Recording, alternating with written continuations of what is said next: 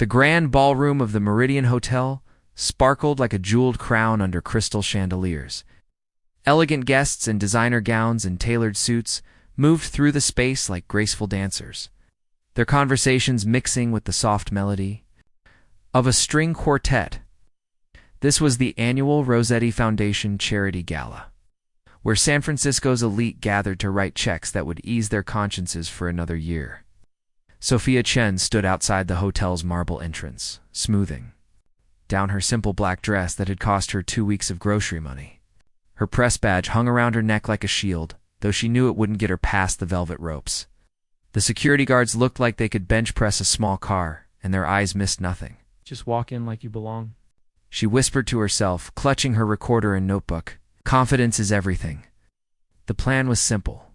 Get inside, find Leonardo Rosetti, ask the hard questions about his recent acquisition of 3 independent newspapers, and expose the truth about media consolidation. Her editor, James Park, had warned her that Rosetti media empire was crushing smaller outlets, and someone needed to hold them accountable. Sophia took a deep breath and approached the entrance with purposeful strides. She nodded to the security guard with practiced ease, flashing her press badge quickly while maintaining steady eye contact. "Evening, I'm from Pacific Tribune," she said smoothly, running a bit late from another assignment. The guard's hand moved toward his radio, but Sophia was already walking past him into the opulent lobby. Her heart hammered against her ribs, but she kept moving forward, weaving through clusters of guests who barely noticed her presence. Inside the Lion's Den, the ballroom was even more magnificent inside. Ice sculptures depicting angels graced the corners, while servers in crisp white uniforms carried silver trays of champagne and delicate appetizers. Sophia accepted a glass of sparkling water, using it as a prop while she scanned the room for her target. Leonardo Rosetti wasn't hard to spot. He stood near the auction stage, surrounded by admirers like a magnetic force drawing metal shavings. Tall and commanding in his midnight blue tuxedo, he possessed the kind of presence that made conversations pause when he entered a room. His dark hair was perfectly styled, and when he smiled, it seemed calculated to charm rather than express genuine warmth. Sophia observed him for several minutes, noting how he moved from group to group with practiced ease. Each interaction lasted exactly the right amount of time, neither too brief to seem dismissive, nor too long to appear trapped.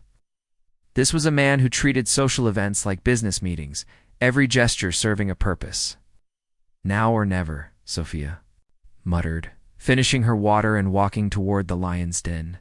She positioned herself near a group discussing art investments, close enough to Leonardo's circle to overhear his conversation about expanding into digital media platforms. When he paused to sip his champagne, Sophia saw her opportunity. "Don't." "Rosetti," she called out, stepping forward with her recorder visible. "Sophia Chen from Pacific Tribune. Could I ask you about your recent newspaper acquisitions and their impact on journalistic independence?" The effect was immediate and electric. Conversations around them stopped, as if someone had pressed a pause button. Leonardo's admirers stepped back slightly, creating a circle around the unexpected confrontation. His gray eyes fixed on Sophia with laser intensity, and she felt like a rabbit that had just challenged a wolf. "I don't believe you're on the guest list," Leonardo said, his voice smooth but carrying an edge that could cut glass. "This is a private charity event, not a press conference. Public figures attending public charity events often answer questions from the press," Sophia replied, her voice steady despite her racing pulse. "Unless you have something to hide about how you're systematically destroying independent journalism." A collective gasp rippled through the nearby guests. Several people pulled out their phones, sensing drama that would dominate social media within minutes. Leonardo's jaw tightened almost imperceptibly, the only sign that her words had found their mark. "The verbal duel, Miss Chen, is it?" Leonardo stepped closer, his presence imposing but not threatening. "I'm curious about your definition of destroying. Acquiring struggling newspapers and investing in their infrastructure to ensure they survive hardly seems destructive. Survival at what cost?" Sophia countered, holding her ground despite the intimidating circle of wealthy onlookers. "When you acquire independent outlets, their editorial independence vanishes. Stories critical of your business interests mysteriously disappear. Sources dry up because journalists fear losing their jobs. You're making serious accusations without evidence, Leonardo replied, but there was something in his expression that suggested he wasn't entirely dismissive of her concerns. Perhaps you should focus on facts rather than conspiracy theories.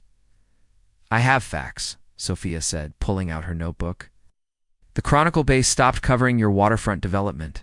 Project after the acquisition. 3 investigative reporters left the Peninsula Post within 2 months of your takeover. The Oakland Voice published 5 articles critical of Rosetti Media before you bought them, and 0 since. The crowd around them had grown larger, drawn by the spectacle of a young journalist challenging one of the city's most powerful men. Leonardo's assistant, Catherine Winters, appeared at his elbow, whispering urgently about schedule adjustments and photo opportunities. Leonardo held up a hand to silence Catherine, his attention fully focused on Sophia. There was something almost admiring in his gaze, as if he were seeing a fascinating puzzle he wanted to solve. You've done your homework, he acknowledged, though your interpretation of events is rather simplistic. Business decisions aren't always about editorial control. Sometimes they're about economic survival in a changing media landscape. Sometimes they're about controlling the narrative. Sophia shot back. When 3 of the 5 newspapers covering city council meetings are owned by the same company that's bidding on municipal contracts, that's not economic survival. That's manipulation. The unexpected invitation. Leonardo was quiet for a long moment, studying Sophia with an intensity that made her skin tingle. Around them, guests pretended to mingle while straining to catch every word of their exchange. The string quartet played on, but their melody seemed distant compared to the electricity crackling between the journalist and the mogul. You know what, Miss Chen? Leonardo said finally, a slight smile playing at the corners of his mouth. I think you're absolutely right about one thing. This conversation deserves more than a charity gala backdrop.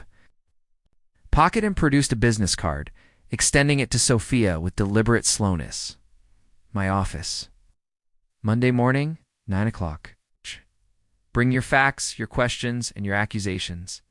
Let's have a real conversation about media ownership and editorial independence. Sophia stared at the card, suspecting a trap. And if I don't show up, then you'll miss the opportunity to get the story you're really after, Leonardo replied. Because I have facts too, Miss Chen. Facts about media consolidation. It's about what actually happens when independent outlets fail, and about the difference between control and salvation. The challenge hung in the air between them like a gauntlet thrown down in an ancient duel. Sophia took the card, her fingers brushing against his for just a moment. The contact sent an unexpected jolt through her system, and from the way his eyes flickered, she suspected he felt it too. I'll be there, she said, her voice carrying more confidence than she felt.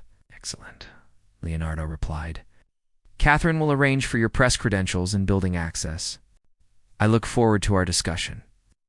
As he turned to rejoin his admirers, Sophia caught something in his expression that puzzled her. It wasn't the look of a man who had just dismissed an annoying interruption. It was the look of someone who had found something he hadn't expected to be searching for.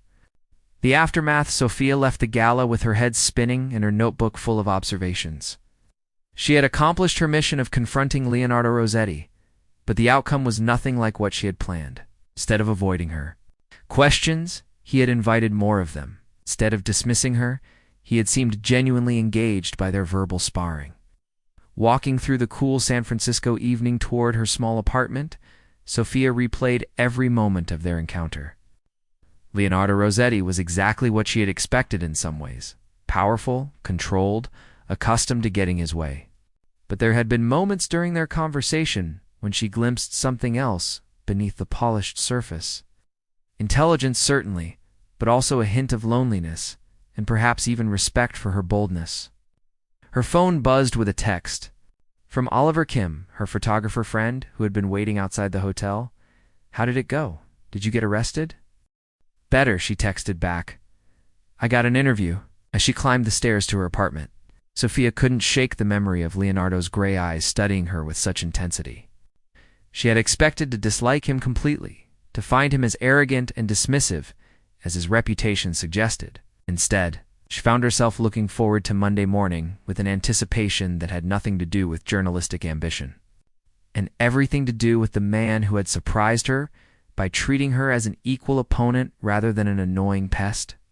Monday would bring answers to her questions about media ownership and editorial independence. But it might also bring answers to questions she hadn't even known she was asking about herself, about power, and about the thin line between antagonism and attraction. The weekend stretched ahead of her like a bridge. Leading to unknown territory. And for the first time in months, Sophia Chen felt truly alive with possibility. The Rosetti Media Tower pierced the San Francisco skyline like a gleaming needle, its 50 floors of glass and steel reflecting the morning sun. Sophia stood on the sidewalk, craning her neck to see the top, feeling like David preparing to face Goliath. Her small apartment had seemed cramped that morning as she changed outfits 3 times, finally settling on a navy blazer and crisp white shirt that made her feel professional and confident. The lobby was a cathedral of marble and modern art, with security guards who looked like they moonlighted as Secret Service agents. Sophia approached the reception desk, where a perfectly groomed woman in her 30s smiled with practiced warmth. "Sophia Chen for Mr. Rosetti," she announced, trying to project more confidence than she felt. "Of course, Miss Chen. Mr. Rosetti is expecting you on the 48th floor? Catherine Winters will meet you at the elevator." The elevator ride felt like ascending to another world. Each floor that flashed by represented millions of dollars and countless lives affected by the decisions made in the offices above. When the doors opened, Catherine Winters stood waiting with the same efficient smile Sophia remembered from the gala. "Miss Chen, welcome to Rosetti Media. Leo's looking forward to your conversation," Catherine said, leading her down a hallway lined with awards and photographs of Leonardo meeting world leaders and celebrities. "Leo?" Sophia asked, surprised by the informal nickname. "Sorry, Mr. Rosetti prefers a more casual atmosphere for important discussions," Catherine corrected herself, though something in her tone suggested the slip had been intentional. The power play begins. Leonardo's office occupied the entire corner of the building, with floor-to-ceiling windows offering breathtaking views of the Bay and Golden Gate Bridge. The space was furnished with understated elegance. A massive desk made from reclaimed redwood, comfortable leather chairs arranged around a coffee table, and walls lined with books that looked actually read rather than merely decorative. Leonardo stood with his back to the door, hands clasped behind him as he gazed out at the city below. He wore a charcoal gray suit that fit him perfectly, and when he turned to greet Sophia, she noticed he had loosened his tie slightly, making him appear more approachable than the polished figure from the gala. "Miss Chen, punctual as promised," he said, extending his hand. "Coffee? Tea? Something stronger?" "Coffee, please." Black Sophia replied, accepting his handshake and noting how his grip was firm but not domineering. "A woman after my own heart," Leonardo said, pouring 2 cups from an expensive-looking espresso machine. "I respect people who take their coffee seriously." They settled into the chairs around the coffee table, and Sophia pulled out her recorder and notebook. The morning light streaming through the windows created an almost ethereal atmosphere. But, she reminded herself, this was a business meeting, not a social call. "Before we begin," Leonardo said, settling back in his chair, "I want to thank you for coming. It's been a long time since someone challenged me so directly. Most people tell me what they think I want to hear. I'm not most people," Sophia replied, clicking on her recorder. "And I'm here for answers, not to boost your ego." Leonardo laughed, a genuine sound that transformed his entire face. "Straight to business, then. Ask your questions, Miss Chen. I'll give you honest answers, unexpected truths. Let's start with the acquisitions," Sophia began, consulting her notes. "You've purchased 7 independent newspapers in the past 2 years. Each one has subsequently changed its editorial direction to align more closely with your business interests. How do you justify that?" "I don't," Leonardo said simply, surprising her. "You're absolutely right about the editorial changes. But you're wrong about my motivations?" Sophia's pen hovered over her notebook. This wasn't the defensive response she had expected. "I'm listening." Leonardo stood and walked to a wall-mounted display showing newspaper circulation figures and financial data. Look at these numbers, Miss Chen. The Oakland Voice was losing $30,000 per month when I acquired it. Right. The Peninsula Post had laid off half its staff and was considering bankruptcy. The Chronicle Bay hadn't paid its freelancers in 6 months. He pointed to charts showing dramatic declines in readership and advertising revenue. These newspapers were dying, slowly and painfully. Their editorial independence was meaningless if they couldn't afford to print another issue. So you saved them by controlling them? Sophia asked, though her tone was less accusatory than before. I saved them by making them profitable, Leonardo corrected. And yes, that meant making difficult decisions about which stories to pursue and which battles to fight. But consider the alternative. 7 newspapers closed forever. Hundreds of journalists unemployed, entire communities left without local news coverage. Sophia studied the financial data, her journalistic instincts warring with her growing understanding of the economic realities facing print media. But at what cost to journalism itself? That's the question I've been asking myself every day, Leonardo admitted, returning to his chair. And it's a question I can't answer alone. The proposition before Sophia could respond, Leonardo's phone buzzed with an urgent message. His expression darkened as he read the screen, and he immediately made a phone call. Catherine, set up a conference call with legal, he said tersely. Diana Martinez just filed a lawsuit claiming we stole proprietary technology for our new digital platform. Sophia watched as Leonardo transformed from philosophical media mogul to decisive business leader. His jaw tightened, his posture became more rigid, and his eyes took on a steely focus that reminded her of a predator sizing up its prey. Diana Martinez from Phoenix Digital, Sophia asked when he ended the call. You know her? Leonardo looked surprised. I know of her. She's been trying to expand into Northern California markets for months. This lawsuit sounds like a strategic move to damage your reputation during her expansion. Leonardo studied Sophia with renewed interest. What makes you think that? Because I've been investigating Phoenix Digital for 3 months, Sophia replied. There are allegations that they've been using similar tactics in other markets. False lawsuits, planted negative stories, industrial espionage.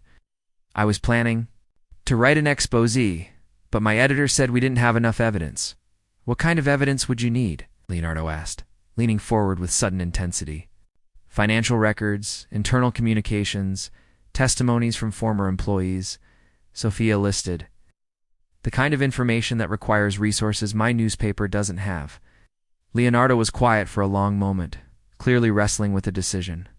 When he spoke, his voice carried a weight that suggested he was about to change both their lives. Miss Chen, I have a proposition for you, he said. Help me investigate Diana Martinez in Phoenix Digital. In exchange, I'll give you full access. 2 Rosetti Media's financial records, internal communications, and decision-making processes. You're going to write your story about media consolidation from the inside with complete editorial freedom. The leap of faith Sophia felt as if the ground had shifted beneath her feet. You're asking me to work with you? After I accused you of destroying journalism? I'm asking you to help me prove that there's a difference between strategic business, decisions, and corporate manipulation, Leonardo clarified. Diana Martinez represents everything you accused me of being. If we can expose her tactics, we protect independent journalism and prove that not all media consolidation is inherently evil. And if we can't, then you'll have unprecedented access to write the story that destroys my reputation, Leonardo said with a slight smile. Either way, the truth comes out. Sophia stared at him, trying to process the implications of his offer. Working with Leonardo would give her access to information she could never obtain on her own. But it would also compromise her objectivity and potentially damage her credibility as an independent journalist. I need guarantees, she said finally. Complete editorial control over any stories I write. No censorship, no pressure to soften criticism, and if I find evidence that you're as manipulative as I originally suspected, I publish it. Agreed, Leonardo said without hesitation. But I have conditions too. This investigation stays between us until we have solid evidence. No leaks to other media outlets. no half-finished stories that could alert Diana to our activities. If my newspaper doesn't approve of me working with you, then you'll work here. It's an independent contractor with a temporary office and full access to our resources, Leonardo replied. Your salary will be 3 times what you're making at Pacific. Tribune. The offer hung in the air between them like a bridge over a chasm. Sophia knew that accepting would change her career trajectory forever. But she also recognized the opportunity to get inside the media industry in a way no outside journalist ever could. The partnership begins. I'll need to give Pacific Tribune 2 weeks' notice, Sophia said, surprised by her own decision. Catherine can arrange for you to start tomorrow if you prefer, Leonardo replied. Sometimes opportunities require immediate action. Tomorrow, then, Sophia agreed, feeling both thrilled and terrified. But I want everything in writing. Editorial freedom, the resource access, the timeline. Of course, Catherine will prepare contracts within the hour, Leonardo said, standing and extending his hand again. Welcome to Rosetti Media, Miss Chen. I think this is going to be a very interesting partnership. As they shook hands, Sophia felt that same electric jolt she had experienced at the gala. This time, neither of them pulled away immediately, and she found herself looking into his gray eyes and seeing something she hadn't noticed before. Vulnerability beneath the confidence, loneliness beneath the power. Call me Sophia, she said quietly. If we're going to be partners, we should probably use first names. Leonardo, he replied, his voice softer than she had heard it before. Though most people call me Leo. Leo it is, Sophia said, finally breaking the handshake and stepping back. I should go clean out my desk at Pacific Tribune and prepare for whatever we're about to get ourselves into. As she gathered her things and headed for the door, Leo called after her. Sophia, for what it's worth, I think you're going to make me a better businessman. Maybe I'll make you a better journalist. We'll see about that, Sophia replied with a smile that felt more genuine than any she had worn in months. Walking back through the gleaming lobby toward the street, felt as if she were stepping into a new version of her life. The comfortable certainty of her independent journalist identity was dissolving, replaced by something more complex and potentially more rewarding. She was about to learn what it meant to be on the inside of power instead of challenging it from the outside. Her phone buzzed with a text from Oliver Kim. How did the interview go? Did you eviscerate him? Better, she texted back, echoing her response from Friday night. I joined him. The afternoon sun felt warmer as she walked toward her car, and San Francisco looked different somehow, full of possibilities she hadn't noticed before. Tomorrow would bring new challenges, new questions, and new discoveries about the man who had just offered her the story of a lifetime. She was no longer just investigating Leonardo Rosetti. She was becoming part of his world, and, despite all her journalistic training about objectivity and independence, Sophia Chen found herself looking forward to the adventure with an excitement that had nothing to do with career advancement and everything to do with the way Leo had looked at her when he said her name. The temporary office Leo had arranged for. Sophia occupied a corner of the 35th floor, with windows facing west toward the Pacific Ocean. Her desk was covered with financial documents, leaked emails, and photographs that told the story of Diana Martinez's systematic destruction of independent media outlets across 3 states. The investigation had become more complex than either of them had anticipated, revealing a network of shell companies, bribed officials, intimidated journalists that stretched from Phoenix to Portland. Sophia leaned back in her chair, rubbing her tired eyes as the sun set over the bay. Working at Rosetti Media had been a revelation in ways she hadn't expected. Leo had kept his promise about editorial freedom, never once asking to see her drafts or suggesting changes to her investigative approach. More surprisingly, he had become her most valuable collaborator, using his industry connections to verify information and his business expertise to decode complex financial schemes. Their professional relationship had evolved into something that felt like partnership in the truest sense. They worked late most evenings, ordering takeout and spreading documents across the conference table in his office. Leo had shown her sides of the media industry she had never understood from the outside.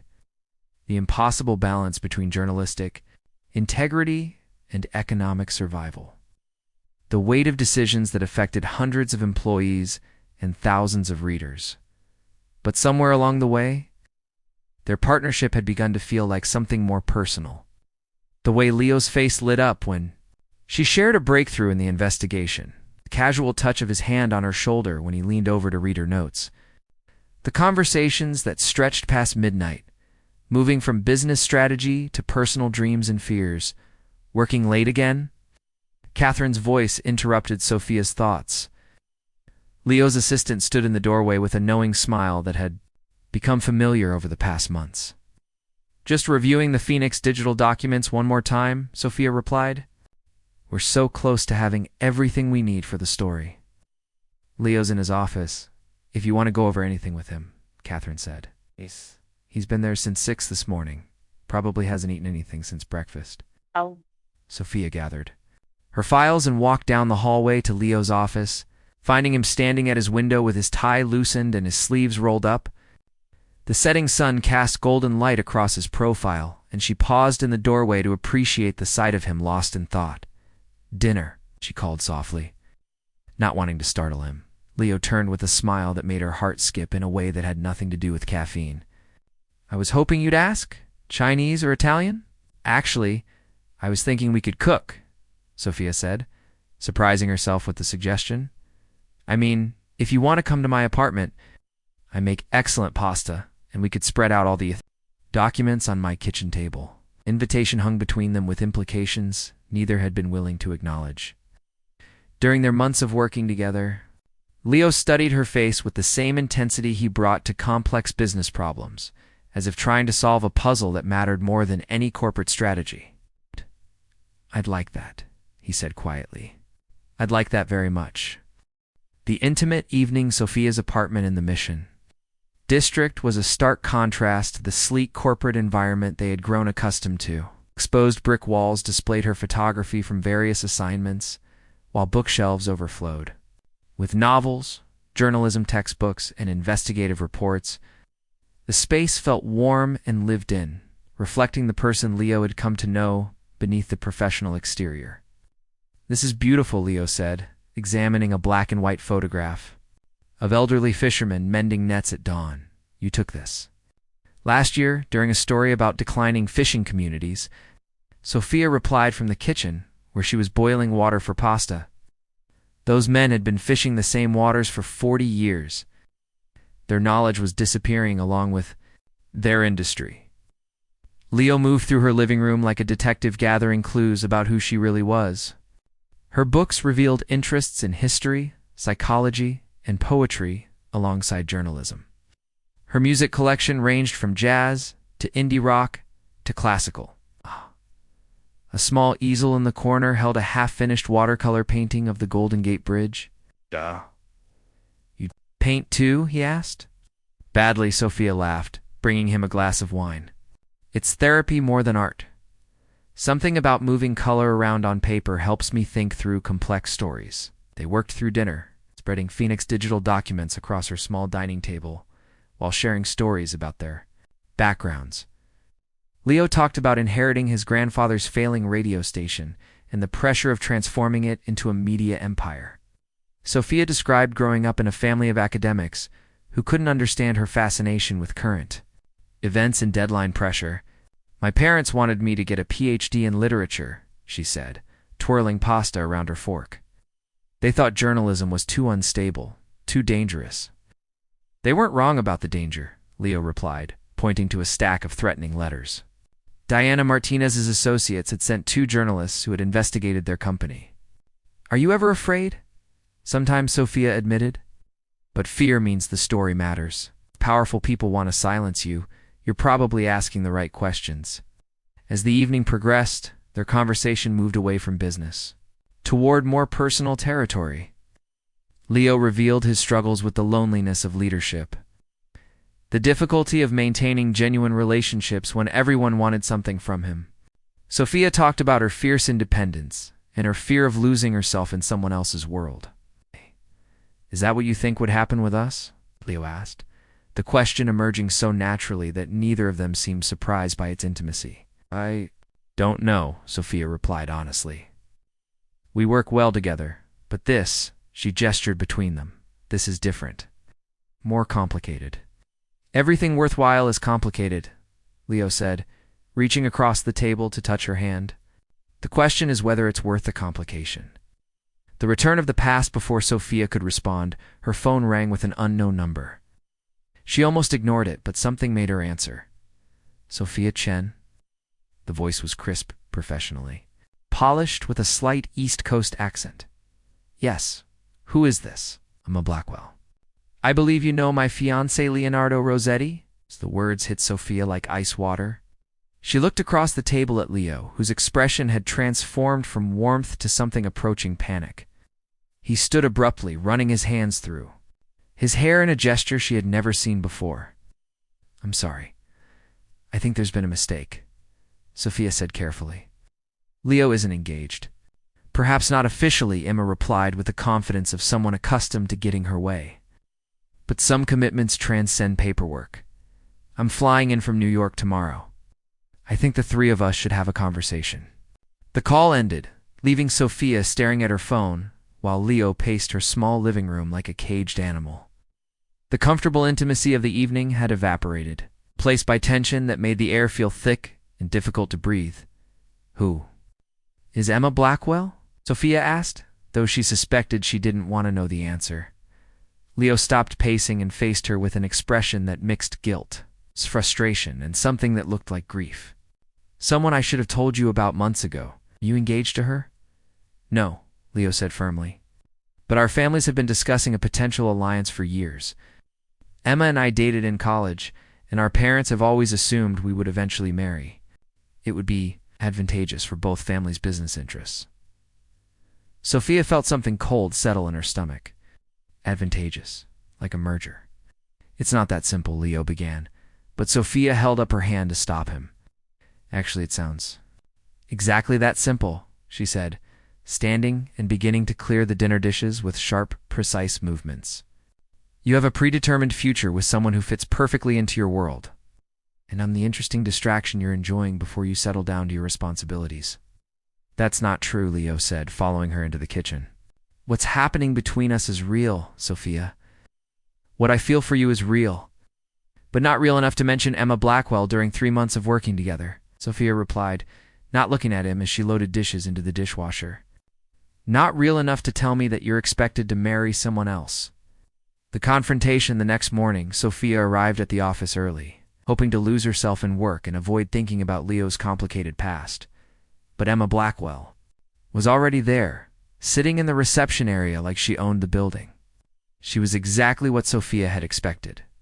Tall, elegant, with the kind of polished beauty that came from a lifetime of expensive treatments and designer clothes. Her blonde hair was pulled back in a perfect chignon, and her navy suit probably cost more than Sophia made in a month. You must be Sophia, Emma said, standing with practiced grace. I can see what Leonardo finds appealing about you. That earnest, hard-working quality that men find refreshing after too much sophistication. The comment was delivered with a smile that didn't reach Emma's pale blue eyes. Sophia recognized the technique. Established dominance through carefully crafted condescension, disguised as compliment. And you must be the woman who thinks she can claim a man without his consent, Sophia replied evenly. How very traditional. Of you? Emma's smile faltered slightly. I think you misunderstand the situation. Leonardo and I have a history that goes back 15 years. We share family connections, social circles, business interests. Yes. We understand each other's worlds in ways that outsiders never could. Understanding someone's world and owning their future are different things, Sophia said, but she felt the truth of Emma's words settling in her chest like stones. Everything Emma described was real. The shared background, the family expectations, the social connections that made their relationship feel inevitable. Leo appeared at that moment, looking haggard and stressed in a way Sophia had never seen. His usually perfect appearance was disheveled, and there were dark circles under his eyes that suggested he hadn't slept. Emma, you can't just show up here and ambush people, he said, his voice carrying an edge of anger. Not ambushing anyone. Darling, Emma replied, her tone softening as she approached him. I'm simply trying to understand this phase you're going through before we move forward with our plans. We don't have plans, Leo said firmly. We've never had plans. Our parents have plans. Sometimes parents know what's best, Emma said, placing her hand on his arm with familiar ease. Sometimes we need to stop rebelling against our responsibilities and accept the life we were meant to live.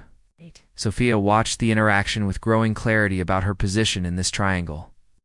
Emma represented everything Leo had been raised.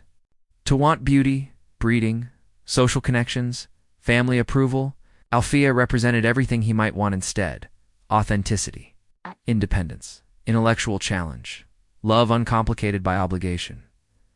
But she also realized that love complicated by obligation might ultimately prove stronger than love that demanded sacrifice. "The choice I need some air," Sophia announced. Grabbing her jacket and heading for the elevator before anyone could respond, she found herself on the building's rooftop garden. A small oasis of green spaces and benches that few employees seemed to know about. The morning fog was beginning to lift, revealing glimpses of the bay and the city spreading out below. From this height, everything looked manageable, orderly, as if complex human emotions could be organized as neatly as city blocks. Leo found her there 20 minutes later, approaching cautiously as if she might flee if he moved too quickly. "She's gone," he said, sitting beside her on the bench. "I told her that whatever our families expected, I'm not interested in marrying someone I don't love."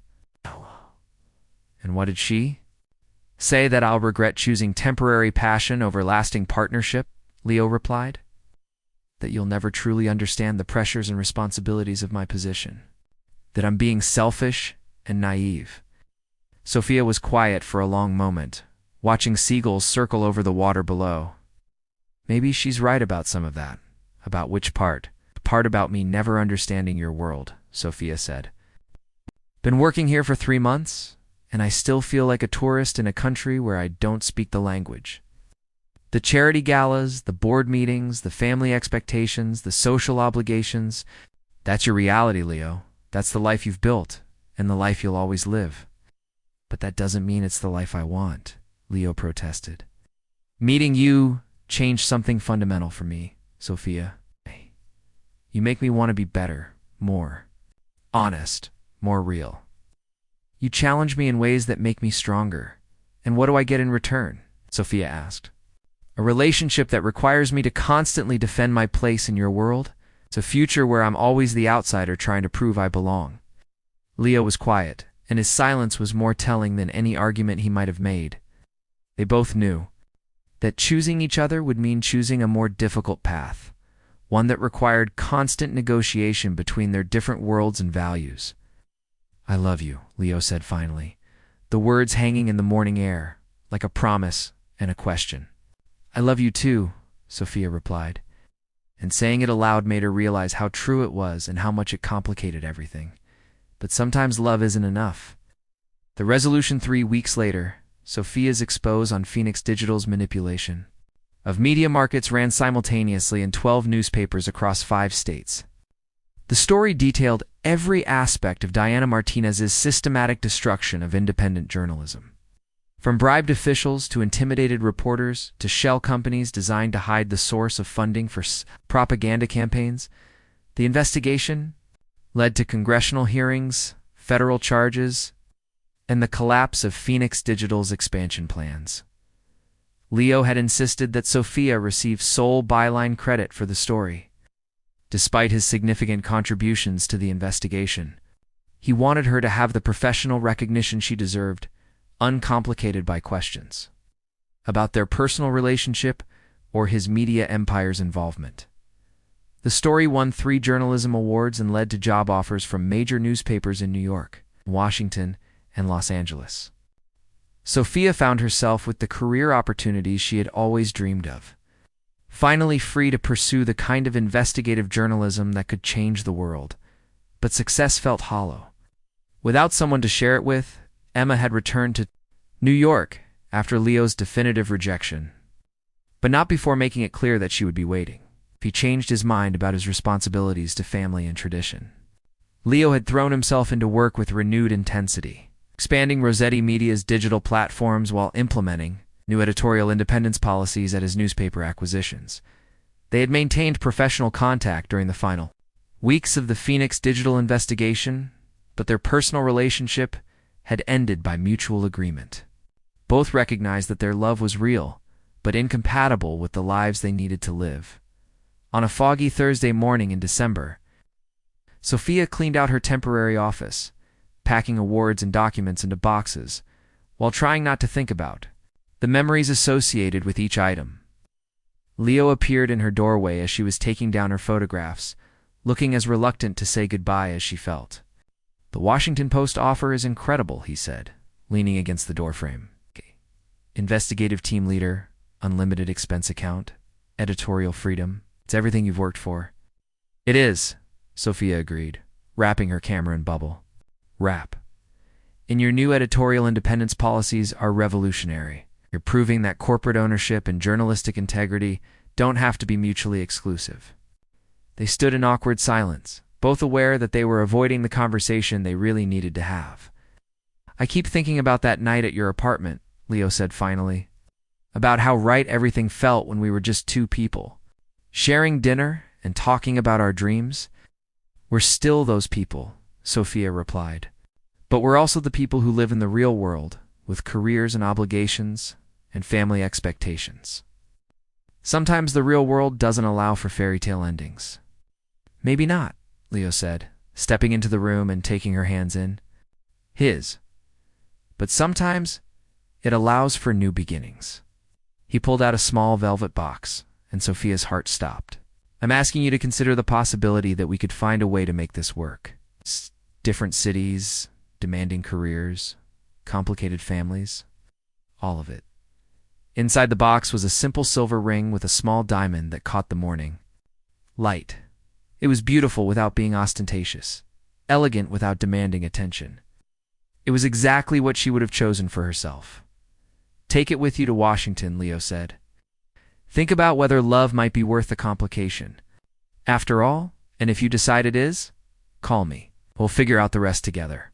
Sophia looked at the ring, then at Leo's face, seeing hope and fear and love all mixed together in his gray eyes. The sensible part of her mind cataloged all the reasons their relationship would be difficult: the distance, the different social backgrounds, the media attention, the family pressures. But the part of her heart that had fallen in love with his laugh, and his vulnerability, and his unexpected capacity for change, whispered that some things were worth fighting for. "What if it doesn't work?" she asked. "What if it does?" He replied. Sophia took the ring and slipped it onto her right hand, where it felt both foreign and familiar. "I guess we'll find out." 6 months later, Leo opened his laptop in his San Francisco office to read Sophia's latest article in the Washington Post, an investigation into congressional insider trading that was generating national headlines. At the bottom of the piece was a small author bio that made him smile. Sophia Chen is an investigative journalist based in Washington, D.C. She is engaged to Leonardo Rosetti of San Francisco, and they are planning a wedding that will probably be more complicated than either of them anticipated. Picked up his phone and dialed her number, ready to discuss wedding plans and the beautiful complexity of building a life together. Across 2 time zones and 2 very different worlds. "Hello." Fiancée Sophia answered, and he could hear the smile in her voice. "Hello, future Mrs. Rosetti," he replied. "Ready to take on the world together?" "Absolutely," she said. "But first, let's figure out which coast we're getting married on." As they talked and laughed and planned their impossible, wonderful future, both of them knew they had chosen the harder path. They had also chosen each other, and sometimes that made all the difference in the world.